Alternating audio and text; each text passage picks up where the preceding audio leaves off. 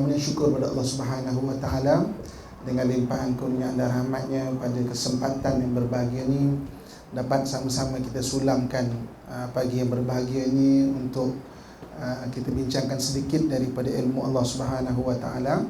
Mudah-mudahan sedikit yang kita kongsi beri manfaat kepada kita, dapat kita jadikan satu ilmu yang berguna dalam usaha kita untuk mengabdikan diri kepada Allah Subhanahu wa taala insya-Allah. Ibu-ibu, kakak, tuan-tuan muslimin dan muslimat yang dirahmati Allah sekalian. Okey, pada pagi yang berbahagia ini kita nak kongsikan mengenai memahami takdir Allah Subhanahu wa taala. Okay, kita nak memahami takdir Allah Subhanahu wa taala supaya kita menjadi insan yang tenang hidupnya. Hari ini banyak orang yang mengeluh, banyak orang yang stres dalam hidupnya kerana mengingati dunia lebih banyak dari mengingati Allah Subhanahu wa taala. Kan? Dunia untuk diurus, bukan untuk dirungsingkan. Kita tak perlu nak rungsing pada benda dunia, kan? Dunia kita urus semaksimal yang kita mampu, kan? Dan jangan kita rungsingkan. Dunia untuk diurus, bukan untuk dirungsingkan. Tapi hari ini banyak kejadian stres dalam berita. 1/10 rakyat Malaysia ni stres, kan?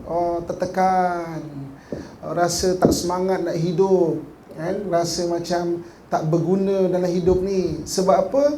Sebab mengingati dunia lebih banyak daripada mengingati Allah Subhanahu wa taala. Jadi kita ni, ibu ayah, tuan-tuan sekalian, diajar dalam agama mengingati Allah perlu lagi banyak daripada mengingati dunia. Sebab kita ni adalah hamba Allah Subhanahu wa taala. Apa yang ada pada kita hanyalah pinjaman semata-mata. Harta kita, kita punya keluarga kita, kesihatan kita, pakaian kita, semua pinjaman dari Allah Subhanahu wa taala. Kita tidak memiliki dan kita tidak dimiliki oleh sesiapa pun. Kita adalah milik Allah Subhanahu wa taala. Dan kita inna lillahi wa inna ilaihi rajiun. Kita datang dari Allah Subhanahu wa taala dan kita akan pulang pada Allah Subhanahu wa taala. Ibu-ibu, kakak, tuan-tuan muslimin dan muslimat yang dirahmati Allah sekalian. Hari ini bercerita mengenai takdir. Maksudnya kaitan kita dengan Allah Subhanahu wa taala. Saya akan kongsikan 8 perkara. Okey. Mudah-mudahan 8 perkara yang kita kongsikan pada hari ini kita sentiasa ingat menjadikan hidup kita lebih tenang lagi. Itu yang penting sekali. Kan? Sebab Allah Subhanahu wa taala kalau nak bagi syurga di akhirat, Allah akan bagi syurga tu di dunia lagi. Apakah syurga di dunia? Tenang. Tenang ni disebut jannatul ajilah, syurga yang didahulukan. So kalau hari ni kita dapat ketenangan, kebahagiaan hati, itu mana kita dapat syurga dah. Dan Allah Subhanahu wa taala kalau nak bagi neraka di akhirat, nauzubillah, Allah akan bagi neraka tu di dunia lagi. Apa neraka di dunia? Dicabut ketenangan hati itu. Dicabut ketenangan hati itu. Nauzubillah. Sebab itu pada hari ini, dengan kita nak cerita 8 perkara ni, mudah-mudahan kita ingat sentiasa. Mudah-mudahan Allah kurniakan kepada kita ketenangan, kan? Menyebabkan kita sentiasa mengingat Allah Subhanahu wa taala. Yang pertama, memahami takdir. Yang pertamanya kita kena tahu bahawa hidup kita ni ada takdir kita masing-masing. Itu kita kena tahu. Kita kena faham, kita kena selalu ingat bahawa hidup kita ni ada takdir kita masing-masing. Kan? Dan takdir kita tak sama. Anak-anak yang lahir daripada rahim yang sama tidak semestinya takdirnya sama. Adik-beradik kita pada hari ini, cuba kita tengok. Lahir daripada rahim yang sama, mak bapak yang sama, tapi ada yang senang, ada yang mungkin tak berapa senang, kan? Ada yang hari ini pandai, ada yang mungkin hari ini biasa-biasa tak berapa pandai. Ada hari ini yang mungkin berpangkat, ada yang menjadi orang-orang biasa-biasa saja. Lahir daripada rahim yang sama, anak kita pun lahir daripada rahim kita yang sama, tapi takdir tak sama. Sebab kita semua ni ada takdir kita masing-masing. Itu kita kena tahu, kita ada takdir kita masing-masing. Sebab itu orang beriman diajar kita jangan bandingkan kebahagiaan kita dengan orang lain. nanti kita tidak akan temui apa-apa kebahagiaan. Kalau kita bandingkan kebahagiaan kita dengan orang lain, kita tak akan temui apa-apa kebahagiaan. Sebab kita punya takdir berbeza. Ada orang kata, Ustaz, suami orang tu romantik, bukan main Ustaz ya. Jalan berpegangan tangan, Tuhan. Suami saya berjalan tinggal 6 tiang, Tuhan. Kita mengeluh, kita tidak akan mengecai apa-apa kebahagiaan. Suami dia mungkin romantik, pegang tangan, masa sentiasa ada, tapi nafkah kurang diberi. Mungkin, tak tahu. Suami kita memang sibuk je, tapi nafkah Alhamdulillah tersedia. Sebab takdir kita tak sama. Kita orang perempuan pula, kita orang perempuan ni kita orang perempuan ni kan, kita orang perempuan ni. Kadang-kadang kita nak suami kita semua benda ada. Kita nak suami kita tu pandai, kaya, handsome bergaya, kan? Yang paling lagi pandai betulkan paip, pandai betulkan bab kalau rosak, tolong kita sidai kain. Dah tolong sidai kain, tertib pula tu, baju putih-putih, yang kuning-kuning, yang kecil-kecil. Nak macam tu, kita nak semua kita nak macam tu seolah-olahnya, kan? Tapi biasanya orang yang bertanggungjawab dalam keluarga, bertanggungjawab ini sedia nafkah ni, anak serius pula orangnya. Biasanya serius, kurang romantik kadang-kadang romantik kan. Orang yang terlalu pandai pula rasa dirinya si betul je kan. Kita je salah kan. Orang yang kaya senang berharta pula masa pula tak ada kan. Orang yang masa banyak pula kita pula pening kan. Aduh kan. Kita nak semua benda, tapi Allah tak bagi semua benda. Sebab apa? Kita ada takdir kita masing-masing. Jangan bandingkan kebahagiaan kita dengan orang lain. Kita tidak akan temui apa-apa kebahagiaan. So, jadi kita ada takdirnya. Itu kita kena tahu. Ya Allah, aku ada takdir aku sendiri. Suami ada takdirnya, anak-anak ada takdirnya, kan? Orang lain ada takdir, adik-beradik ada takdirnya. Itu kita kena faham. Kita ada ketetapan kita. Kita ada takdir kita. Kita ada apa yang Allah anugerahkan kepada kita yang takkan sama dengan orang lain. Kan? Allah kurniakan nikmat, dalam waktu yang sama Allah juga kurniakan kepada kita ujian-ujian. Kan? Allah jadikan ujian tu tujuannya adalah untuk kita menghampirkan diri kepada Allah Subhanahu Wa Taala. Ada dua benda kan? Allah jadikan untuk kita akan menghampiri pada Allah. Satu ujian, satu lagi hajat. Kita ada hajat kan, kita berdoa sungguh-sungguh. Cuba hari ni keperluan kita dipenuhi semuanya. Kadang-kadang kita pun kurang khusyuk berdoa. Nak doa apa ya? Semua ada, makan ada, rumah ada, semua ada. Tapi tiba-tiba hari ni mungkin ekonomi kita tak berapa baik, rumah tertunggak bayar, bank dah telefon, dah hantar surat. Ya Allah tolonglah, ya Allah bantulah, ya Allah. Ada hajat, maka kita mula berdoa kepada Allah Subhanahu Wa Taala. Sama juga kalau kita ada masalah, ada ujian, kita akan berdoa kepada Allah Subhanahu Wa Taala. Jadi Allah tidak bagi semua benda pada kita. Kita ada takdir. Allah bagi nikmat, Allah bagi ujian pada kita. Jangan bandingkan dengan orang lain, itu saja. Kan? Semua orang ada nikmat dia, semua orang ada ujian dia. Kesamaan ujian apa dia kesamaan dia? Kesamaan dia, ujian ini menyempitkan hati. Perbezaannya bentuk beza. Orang ni diuji dengan suami, orang ni suami okey alhamdulillah, anak pula. Orang ni alhamdulillah suami okey, anak okey, mak mertua pula. Tak boleh ngah mak mertua kan. Menantu versus mertua. Cakar je kerja kan. Menantu macam mak sendiri baik sangat. Ipaduai pula. Ya ada pinjam duit lah, apalah, guna nama lah, pening. Ipaduai okey, keluarga okey, kawan-kawan pula.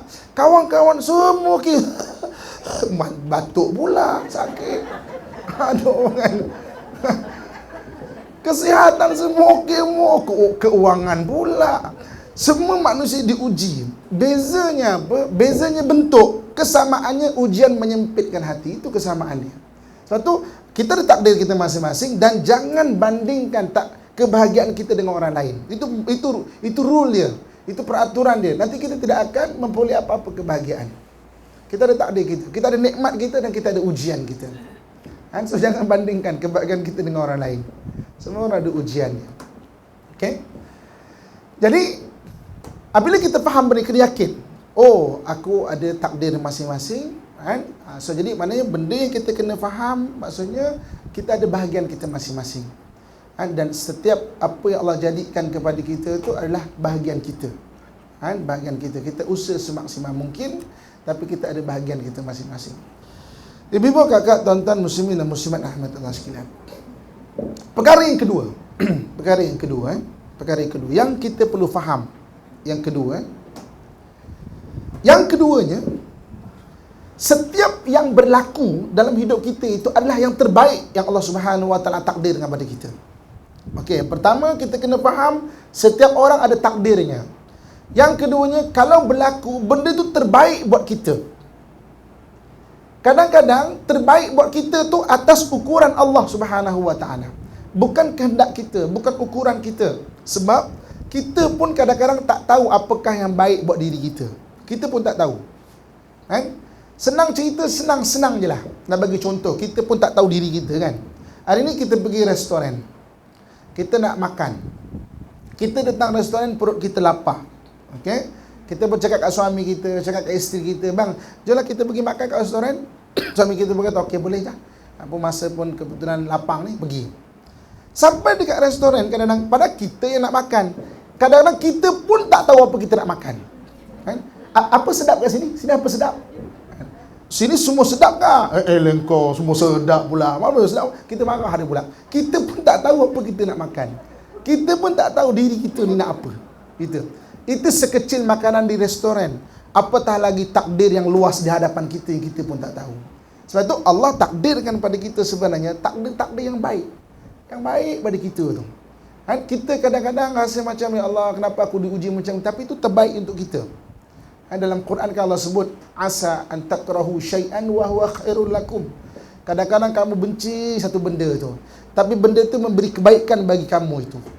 Kadang-kadang kamu suka satu benda, tapi benda tu memberi keburukan bagi kamu. Wallahu ya'lamu wa antum la ta'lamun. Allah lah yang Maha mengetahui, kamu tidak mengetahui. Takdir kita adalah yang terbaik. Dulu kan waktu saya kecil, mungkin sekitar umur 3 ke 4 tahun macam tu. Tapi waktu tu saya dah boleh ingat. Dulu teknologi cukur ni, cukur rambut cemisai ni, zaman dulu punya bukan macam sekarang, kan. Dia pakai yang pisau belit yang macam tu, kemudian pusing gitu kan. Mungkin kalau dah tumpul nanti buka, pisau tu akan letak. Kan? Sekarang macam pakai buang aja kan, dah murah dah. Yang dulu punya kan. So apalah jilid lah apa tu, yang macam tu. Kemudian kalau dah tumpul kan letak buang. Saya pernah dapat, umur saya kecil 3-4 tahun, benda tu saya pernah dapat. Waktu tu saya kecil lagi. Dan saya tengok benda tu sangat cantik bagi saya waktu tu kan. Oh, cantiknya. Saya potong kertas. Terputus lah. Seronok saya. Saya potong langsir mak saya. Putus. Wah, putus. Saya pun potong cushion. Saya potong. Arwah ayah saya nampak benda tu. Dia pun pujuk saya minta dengan cara yang baik. Pisau kan, dengan cara yang baik. Pada saya waktu tu, arwah ayah saya nak bermain dengan saya lah juga. Oh, sama-sama nak potong langsir mak ni. Macam tu lah kan. Saya pun bagi dia. Apabila saya bagi dia pun ambil letak atas terus. Kan? Tak bagi dah. Apa lagi lah, selayaknya budak waktu tu, saya pun mula menangis. Kan? Nangis. Tak bagi ni. Gear 2. Okey. Lagi tak bagi, lagi masuk gear. Makin tinggi. Okey. Ibu-ibu, kakak, tuan-tuan sekalian kan, adakah dengan saya menangis itu, arwah ayah saya nak bagi pisau belit tu? Bagi tak? Kalau dia bagi, adakah dia sayang kat saya? Tak kan? Dia tak bagi. Malah saya menangis, lagi dia tak bagi. Akhirnya saya menangis. Bukannya pisau itu yang dapat, rotan yang dapat. Kena rotan, zap, handbrake terus. Berhenti terus menangis. Macam tu juga kita. Hari ni kita menangis minta sesuatu pada Allah. Ya Allah, tolonglah, ya Allah, bagilah, ya Allah, tolonglah. Kenapa aku yang diuji, kenapa bukan orang lain? Tapi Allah tak bagi kita. Sebab apa? dibagi benda itu, kadang-kadang benda itu memburukkan kita, memudaratkan kita. Sebab itu takdir Allah bagi yang keduanya, kita kena faham, adalah terbaik buat kita. Kita tak tahu. Kadang-kadang kita minta kepada ni, ya Allah, bagikanlah aku syurga. Rabbana atina fid dunya hasanah wa fil akhirati hasanah wa qina adzabannar. Allah, berikanlah aku kebaikan di dunia, berikan aku kebaikan di akhirat. Hindarkan aku daripada azab api neraka. Kita mohon, hari-hari lepas solat kita mohon benda itu. Okey. Kemudian malaikat berkata, contoh, malaikat pun kata pada Tuhan, sedangkan Allah Maha mengetahui, ya Allah, dia ni minta syurga, ya Allah. Kan? Aku perkenankan dia syurga. Tapi kan Tuhan, ibadah sembahyangnya kurang, puasanya kurang. Macam mana ni Tuhan? Umurnya baki 3 tahun ni Tuhan. Umurnya baki 3 tahun. Tapi dia nak syurga ni. Dan kau menunaikan permintaan doa nak syurga. Maka Allah Subhanahu Wa Taala datangkan pahala dengan jalan yang lain, yang kita tak suka, tapi kita minta syurga tu. Kan datangkan sakit, kan datangkan mungkin ujian-ujian itu dan ini, yang akhirnya melayakkan kita ke syurga. Sebab kita minta syurga Allah. Sedangkan solat kita tu kurang, kan? Solat yang kadang-kadang ingat macam-macam, kunci hilang boleh jumpa dalam solat, makanan kucing habis boleh ingat dalam solat. Itu belum solat mengatur orang lain. Ada orang sembahyang solat mengatur orang tu. Allahu Akbar. Apalah imam ni baca panjang sangatnya. Allahu Akbar. Telekung dia tak kerti basuh ke apa ni? Betik lalat apa? Tengok telekung aku. Baru balik daripada Bandung kau. Meropol sana, meropol sini. Mengatur orang kadang-kadang. Kita belum nak sembahyang mengatur suami. Pada menipu sana ni. Jagalah awak, jagalah awak. Assalamualaikum warahmatullahi wabarakatuh. Assalamualaikum warahmatullahi wabarakatuh. Kita sembahyang kita, kualiti sembahyang kadang-kadang Allah kurang. Tapi kita minta syurga. Jadi Allah takdirkan kita dengan takdir-takdir yang baik sesuai dengan dengan hikmah Allah Subhanahu Wa Taala.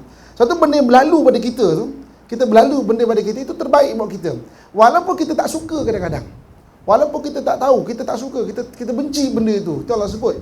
Kadang-kadang kamu benci satu benda, tapi benda itu baik buat kamu. Kamu benci kan satu benda, benda itu baik buat kamu. Kadang-kadang kamu suka tu benda, benda itu buruk buat kamu. Allah mengetahui dan kamu tidak mengetahui. So, jadi perkara yang kedua adalah apa yang Allah Subhanahu Wa Taala takdirkan buat kita, benda itu terbaik buat kita sebenarnya. Kan? Kadang-kadang kita tak faham. Benda itu adalah benda yang terbaik buat kita. Perkara yang ketiga. Kan? Perkara yang ketiga. Yang ketiganya, apa benda yang kita kena fahami? Yang ketiganya, kalau telah berlaku satu benda itu, diajarkan kepada kita untuk kita reda. Kan? Untuk kita reda benda itu. Reda dan sabar. Setiap perkara yang berlaku dalam hidup kita, perkara yang ketiga yang kita kena faham, diajarkan kepada kita untuk reda. Ibu-ibu, kakak, tuan-tuan muslimin dan muslimat yang dirahmati Allah sekalian, kan? Pertama sekali, kita kena faham apa tu reda. Reda bukan pasrah yang pasif. Ikutlah, aku malah fikirlah. Ikutlah. Abang nak tertongging ke, tergolek ke, saya malah fikir dah. Itu pasrah yang pasif. Pasrah akan menghampiri putus asa. Nanti kita akan jadi tension, kita akan jadi putus asa. Reda dan sabar ni adalah kematangan hati dan pemikiran kita memahami sesuatu benda ada hikmah. Itu reda. Reda ni kematangan sebenarnya. Dia bukan pasrah pasif. Bukan ikutlah aku malah fikir. Apa nak jadi, jadilah. Itu pasrah pasif. Pasrah pasif dia menghampiri putus asa. Okay, sekali lagi ya. Reda adalah kematangan kita meyakini satu benda ada hikmah dia. Satu benda dia. Itu reda. Itu adalah reda. So kita memahami, oh satu benda ada hikmah dia. Yang aku tak tahu, ya Allah, aku terima wahai Allah. Sebab apa yang ditakdirkan oleh Allah Subhanahu Wa Taala kepada kita adalah yang terbaik. Prinsip kedua, kan. Kemudian kita disuruh reda, suruh terima. Benda itu ada hikmah dia. Ada yang terbaik dia. Yang kita kadang-kadang tak faham apakah kebaikan-kebaikan itu. Nanti kita akan faham. Ada orang hari ini sakit, bertahun-tahun sakit. Kalau kita ziarah dia, berkerut muka dia menahan sakit. Tapi hari dia meninggal, Masya Allah bersihnya wajah dia. Bersih wajahnya.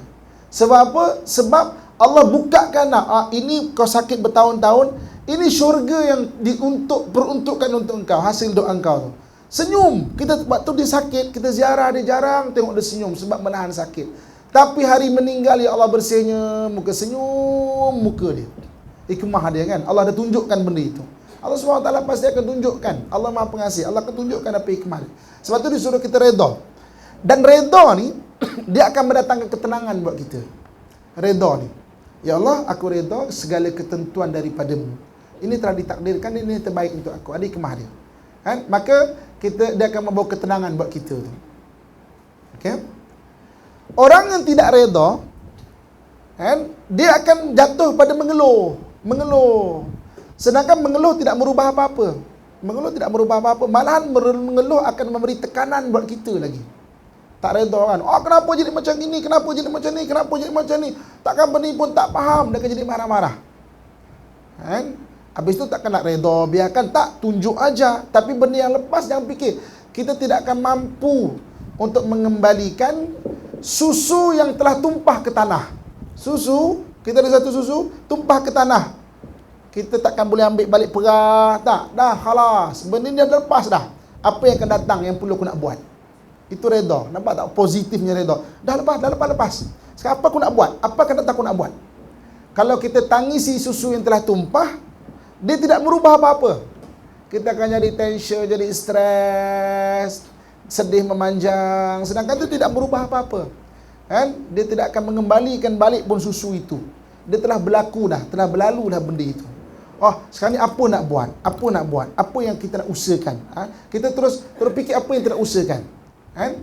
Sebab keredaan itu mendatangkan ketenangan dalam hidup ini. Ibu-ibu, kakak, tuan-tuan, muslim-muslimat sekalian kan.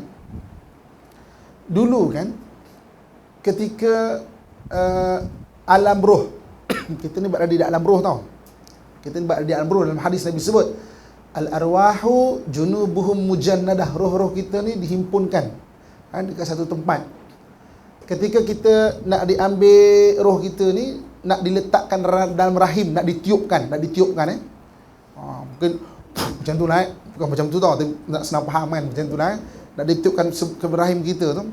Kita dibentangkan seluruh kehidupan kita ni, macam ni. Ada benda yang tak boleh diberi, ada benda yang tak ada pilihan.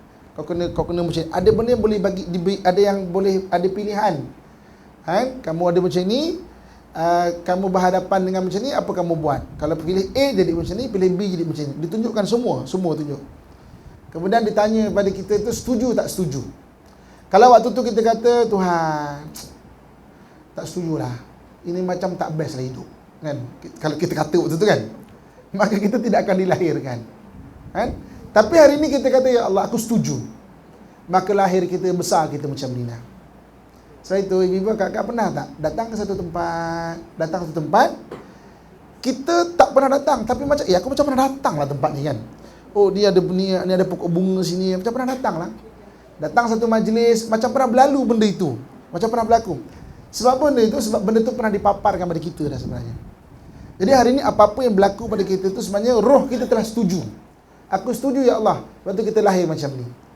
Jadi apabila berlaku satu musibah, permasalahan dan sebagainya, kita rasa macam kita tak redha. Sebenarnya kenapa menjadikan tak tenang tu? Tak tenang tu sebab kita lawan diri kita sendiri. Akal kita tak setuju, hati kita tak setuju, tapi roh dah setuju. Kan? So kita berlawanan sendiri dalam badan ni. Itu jadi tak tenang tu. Tapi hari ni kita ajak akal kita ajak hati kita, ya Allah, aku redha ketentuan daripada-Mu ya Allah. Aku redha. So jadi apabila kita redha, alhamdulillah ya Allah, maka kita akan jadi tenang. So roh kita dah setuju waktu tu. So akal kita terima, hati kita terima, kita akan jadi lebih tenang lagi. Okey. Kemudian perkara yang keempat. Perkara yang keempat yang kita kena tahu tentang ketentuan dari Allah Subhanahu Wa Taala ini adalah kita kena fahami kita dalam perpindahan daripada satu takdir ke satu takdir. So kita ni adalah perpindahan daripada satu takdir ke satu takdir. Kita perpindahan daripada satu tempat ke satu tempat. Sentiasa berpindah kita. Okey. Oleh itu, apa yang penting dalam hidup kita adalah kita ikhtiar dan kita minta kepada Allah Subhanahu wa taala takdir-takdir yang baik. Dulu Sayyidina Umar radhiyallahu anhu wa arda, waktu membuka Baitul Maqdis, maka Sayyidina Umar radhiyallahu anhu wa arda lama berada dekat bumi Syam, dekat Baitul Maqdis itu. Dan dengan takdir Allah Subhanahu wa taala, sekitar bumi Syam itu diuji dengan penyakit taun. Dulu teknologi perubatan tak macam sekarang. Sakit taun tu tak jumpa lagi ubat waktu tu.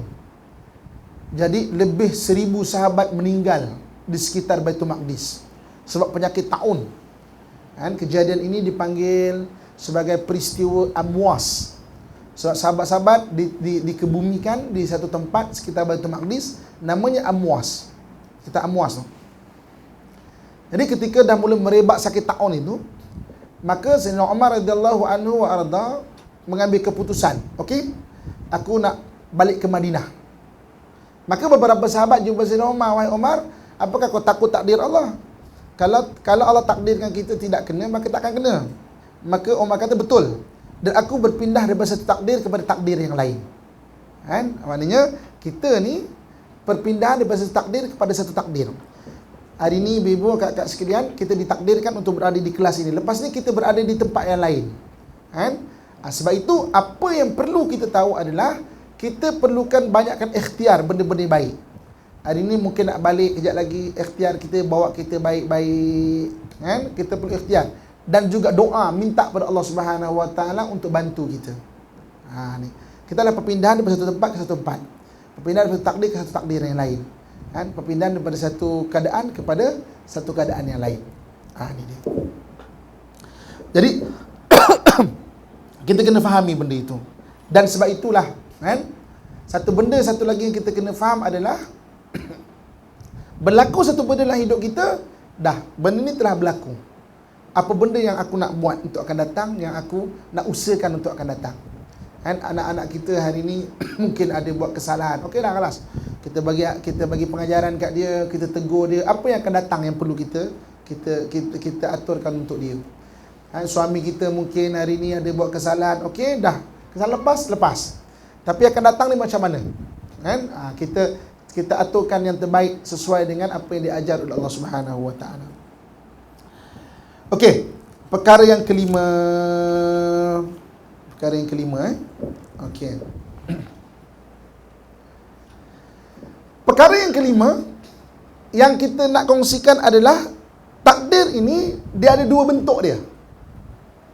Satu dipanggil takdir mubram, satu lagi takdir muallaq. Salin dulu.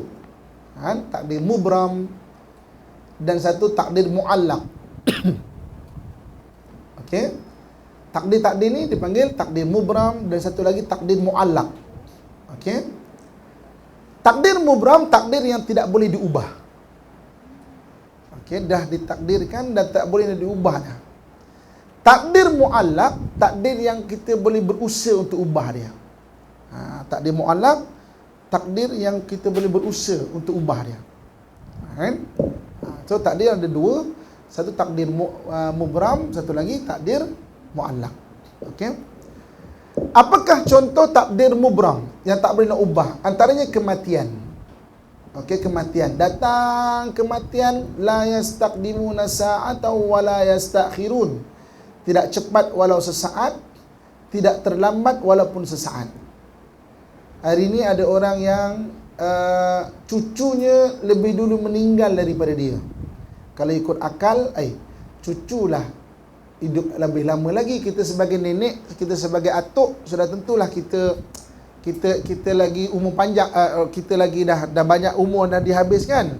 Ada orang yang cucu lebih dulu meninggal daripada atuknya. Okey.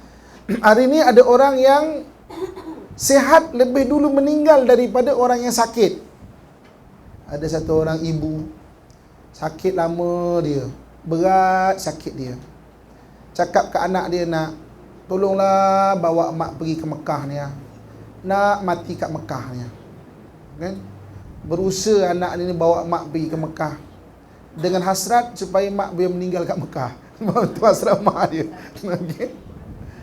Sampai di Mekah, anak yang menguruskan meninggal, mak yang sakit balik-balik. Takdir kan? Kita tak tahu. Di mana kita meninggal, kita tak tahu. Di mana maknanya akhiri hayat kita tak tahu. Itu adalah takdir mubram. Kita tak ada siapa yang tahu. Kan? Sama juga, begitu juga dengan jodoh.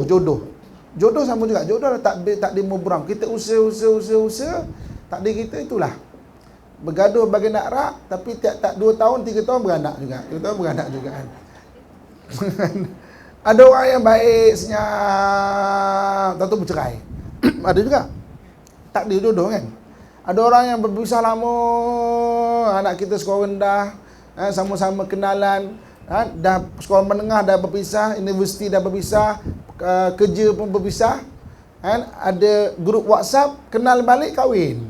Padahal dua-dua ni dah kenal kawan macam-macam kawan dah dia kan. Okey, jodoh, antaranya jodoh. Kan? Itu. Ada takdir yang boleh diubah, dipanggil takdir mu'allaq. Okey, macam mana takdir mu'allaq ini? Okey, takdir yang kita tak tahu. Kita disuruh ikhtiar dan juga doa. Kan? Antaranya apa? Usaha kita tu. Kita tak tahu kan? So usaha kita pada rezeki, usaha kita kepada kepada apa yang kita nak buat hari-harian, usaha menjaga kesihatan kita, kan? Usaha nak jadikan badan kita lebih slim. Wah, kan? Slim kan? Usaha kita tu. Maknanya bila kita berusaha, kita minta kepada Allah Subhanahu Wa Taala, benda itu boleh berubah. Kenapa dipanggil benda itu boleh berubah? Sebab yang mempunyai takdir adalah Allah Subhanahu Wa Taala. Malaikat-malaikat ni dia bertugas bertugas apa yang telah ditetapkan, ditulis. Macam nak senapang macam kita lah kan. Katakanlah kita pagi-pagi keluar dengan satu tugasan. Okey, kau kena bagi rezeki kat dia ni macam ni, jangan terlambat. So dia kena deliver. Malaikat rezeki kena bagi rezeki, jangan terlambat, jangan terlewat, jangan delay. Kalau delay susah tau. Semua benda kena betul-betul on time. Kan? Semua malaikat ni bertugas, dia ada dia punya tugasan dia. Ada tugasan dia. Malaikat maut, kalau terdelay susah tau. Malaikat maut susah. Orang accident, kepalanya putus, tapi malaikat maut tak sampai-sampai. Ada. Ingat senang ke? Sampai-sampai. Sorry bro, sorry. Jam tadi ya, sorry kan. Senang ke? Dia kena tepat tu, masa tepat tu, biar tak menganiayai orang. Tepat kena masuk. Susah kalau tak tepat kan. Dia kena pegang benda tu. Dia ikut dia punya tugasan tu. Tapi yang mempunyai takdir adalah Allah Subhanahu Wa Taala. So malaikat buat kerja dia. Kita ni diajar untuk usaha dan doa minta kepada Allah Subhanahu Wa Taala. Sebab itu dalam hadis Nabi sebut la yaruddu qada illa doa. Tidak ada yang boleh merubah qada itu melainkan doa kepada Allah Subhanahu Wa Taala. Kan? Sebab malaikat kerja dengan tugasan dia. Malaikat hari ni kata, okey, hari ni dia punya rezeki adalah banyak ni sekian. Kita pun pagi-pagi kerja doa, ya Allah murahkanlah rezeki aku ya Allah, ikhtiar dapat lebih. Maknanya yang malaikat membagi dan ada lagi perintah baru daripada Allah Subhanahu Wa Taala untuk sampaikan yang lebihnya. Kan? So tak ada mubram, tak ada mu'allaq. Hari ni ada orang yang orang tak orang tua kita dulu kan.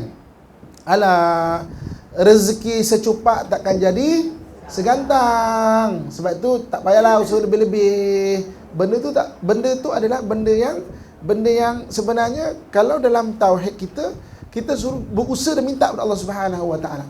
Sebab tak ada siapa tahu rezeki kita segantang ke, rezeki kita secupak ke, kita tak tahu. Tak ada siapa kita tahu.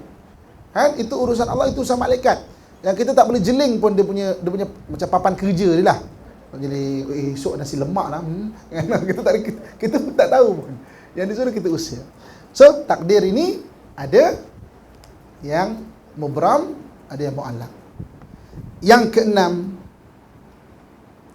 Orang yang derita dalam hidup dia adalah orang yang ingin sesuatu yang bukan takdirnya. Orang yang derita dalam hidup dia adalah orang yang inginkan sesuatu yang bukan takdirnya. Okey. Habis itu macam mana ya? Kita mengusahakan sesuatu benda dan kita nak benda itu. Okey Ibu-ibu, kakak, tuan-tuan sekalian kan? Kita nak satu benda. Kan? Apabila kita inginkan satu benda, pertama sekali ada keinginan. Yang kedua, bangunkan ikhtiar. Ikhtiar hidup, usaha kita semaksimal mungkin. Kemudian yang ketiganya, doa dan mintalah pada Allah Subhanahu wa taala. Doa dan mintalah pada Allah Subhanahu wa taala. Okey? Supaya Allah takdirkan yang baik. Dan wa kullun, setiap kita muyassarun, akan dipermudahkan lima khulikalah, dengan apa yang kita ditakdirkan padanya. Kita akan dimudahkan. Satu benda itu kita akan dipermudahkan dengan apa yang ditakdirkan pada kita. So kita usahakan. Mudah di sini adalah mudah urusan hati kita tau. Ada orang yang kadang-kadang tengok susahnya nak buat benda, pada kita mudah. Kita dimudahkan, hati kita ni tak rasa susah nak buat benda tu. Kita usahakan, maknanya takdir kita tu insya-Allah ada dengan kita tu. Masalahnya adalah apabila kita mengharapkan sesuatu benda yang bukan takdir kita, usaha tak dibuat, nak saja, doa tak dibuat, kemudian doa tu dengan paksa-paksa, macam ya Allah, kenapa kau tak bagi pada aku, ya Allah, kenapa kau tak bagi pada aku, kita marah-marah minta pada Allah Subhanahu wa taala pula. Nah, itu orang yang derita dalam hidup dia. So kita nak satu benda, pertama ada keinginan, yang kedua ikhtiar semaksimal mungkin, dan minta pada Allah. Doa, minta pada Allah Subhanahu wa taala semaksimal mungkin. Apa yang kita mampu semaksimal mungkin kita buat, kita minta, kita mohon. So jadi kita kena tengok diri kita. Kadang-kadang kita nak yang terbaik, kita usahakan, tengok ada tak benda itu dipermudahkan untuk kita. Usaha semaksimal mungkin. Semaksimal mungkin. Itu perkara yang ke-6. Yang ke-7, takdir yang berlaku pada kita ni, apa pun yang berlaku, okey. Ambil pengajaran. Ambil iktibar. Ambil pengajaran. Cari apakah pengajaran yang boleh kita dapat. Semua benda yang berlaku. Allah Subhanahu wa taala nak tengok kita ni, kita kena faham hikmah sebalik tu, kita ambil iktibar, pengajaran. Dalam Quran banyak Allah sebut fa'tabiru, ambillah iktibar. Afala tafakkarun, kau tak tengok, tak berfikir ke? Afala tubsirun, kau tak melihat ke? Ambil iktibar satu benda tu. Apabila kita dapat iktibar atau pengajaran itu, itulah dia panggil hikmah tu, hikmah hidup tu. Dan Allah sebut wa may yu'tal hikmah faqad utiya khairan katsira. Orang yang Allah bagi hikmah, Allah akan bagi kebaikan yang banyak. Sebab tu orang yang mengambil iktibar dalam kehidupan dia tu, dia akan jadi orang yang berhikmah dalam hidup dia. Orang yang bijaksana, orang yang cerdik dalam hidup dia. Dia akan jadi orang yang mudah memaafkan orang lain. Sebab dia kata, benda dah berlaku. Kalau aku mendongkol pun, dia tidak akan berubah apa-apa pun. Kalau aku bising-bising, tak apa, aku maafkanlah ya Allah. Tenangkan hati aku, alhamdulillah. Dia dapat mengambil hikmah daripada kejadian-kejadian itu. So ambil iktibar, satu-satu benda tu. Apa yang berlaku, jangan biarkan dia berlalu macam tu. Ambil pengajaran. Nanti kita boleh ceritakan kepada anak-anak kita. Kita boleh ceritakan kepada orang sekeliling kita. Apakah hikmah-hikmah pelajaran-pelajaran itu. So ambil iktibar. Jangan mengeluh. Jangan mengeluh, sebab mengeluh tidak berubah apa-apa. Hari ini kita masuk ke tandas. Tengok ada orang yang tidak siram tandas. Apa ni? Tak ada disiplin punya orang.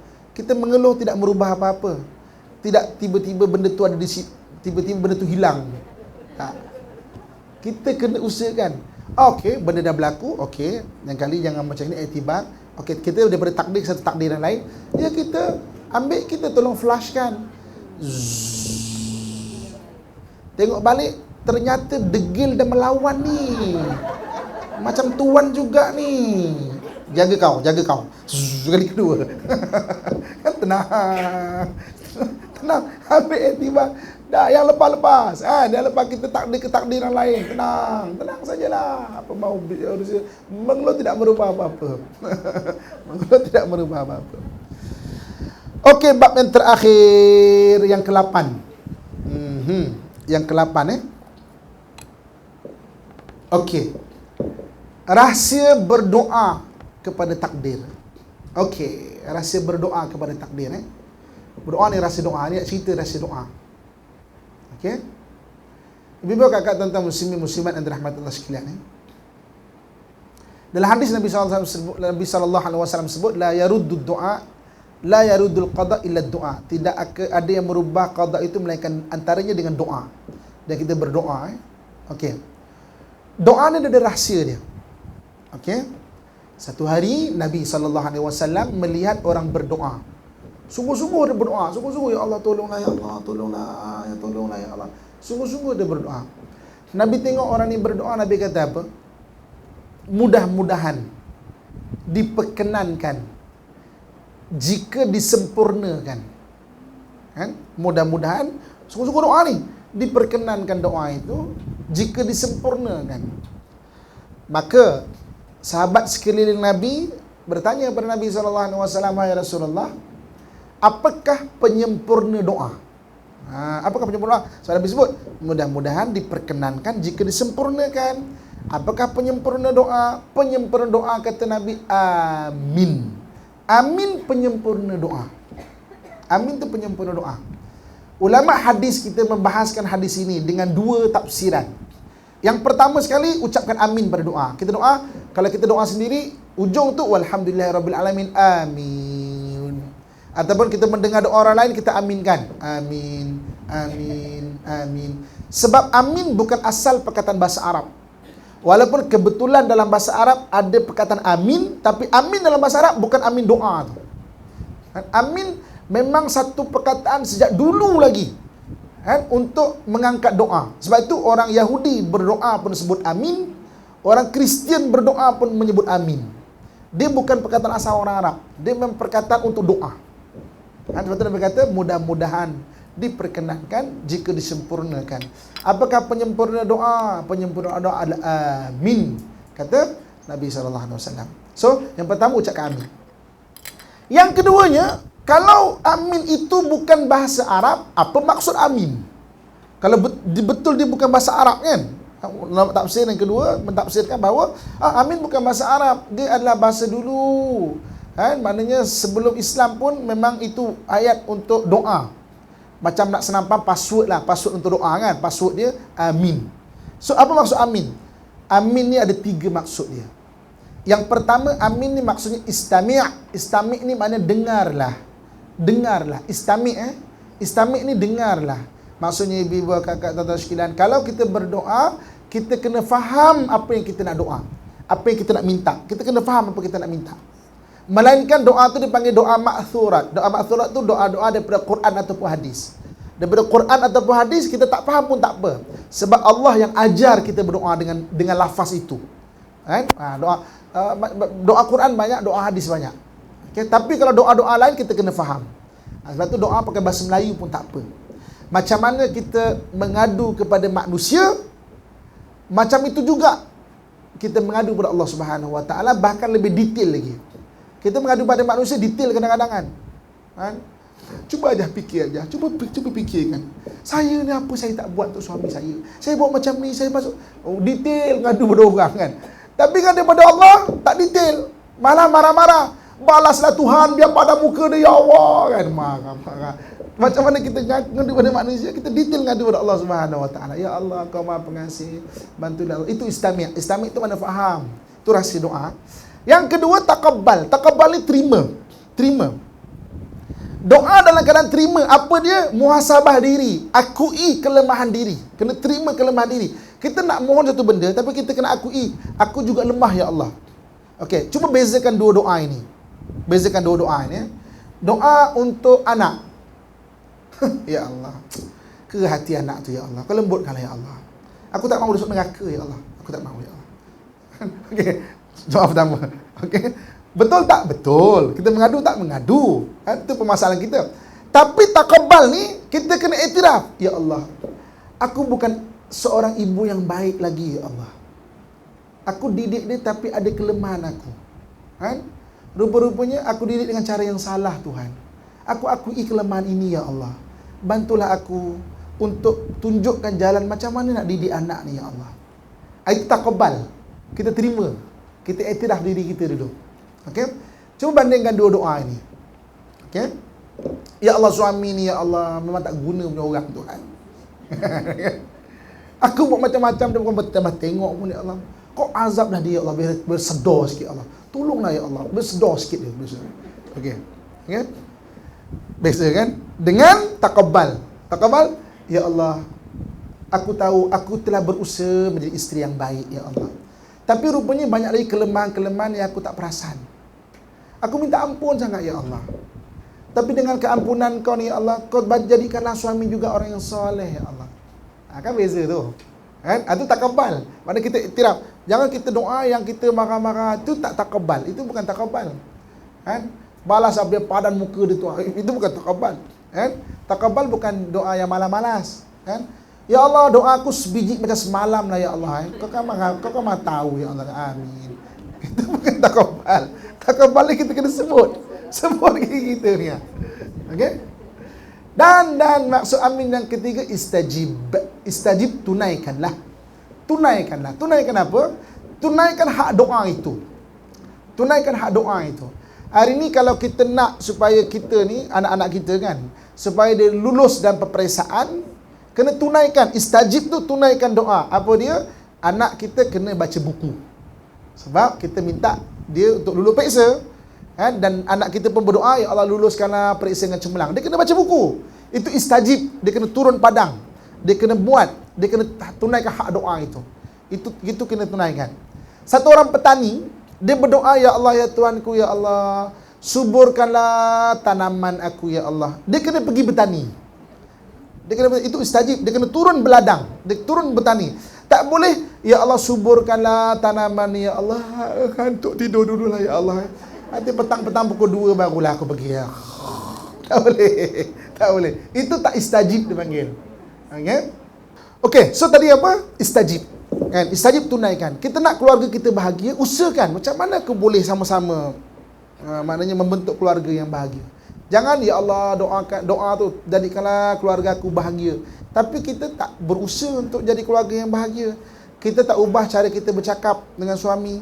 Kan? Kita tak ubah cara kita bersolek. Kalau keluar bersolek bukan main lagi. Kan? Dalam rumah buat tak tahu je kan. Dalam pakai baju kelawar. Kan? Bau bawang. Terbalik pula tu. Tak jaga langsung. Dekat luar kau main 1 jam tudung ni lah, ikat tudung ini apa semua kan. So maksudnya berusaha kalau lebih baik lagi. Okey, saya rasa setakat ini saja dulu yang boleh kita kongsikan bersama. 8 perkara mengenai tentang apa yang Allah telah tetapkan dalam hidup kita ni. Mudah-mudahan sedikit kita bincang beri manfaat kepada kita, beri kebaikan kepada kita, supaya kita lebih jelas, clear kita punya cara berfikir. Semua benda ada takdirnya, dan kita berusaha ke arah takdir lebih baik dan lebih baik. Aqulu qawli ma sami'tu astaghfirullah li wa lakum wa lisailil muslimin fa ya fawzal mustaghfirin wa ya najatat taibin. Assalamualaikum warahmatullahi wabarakatuh.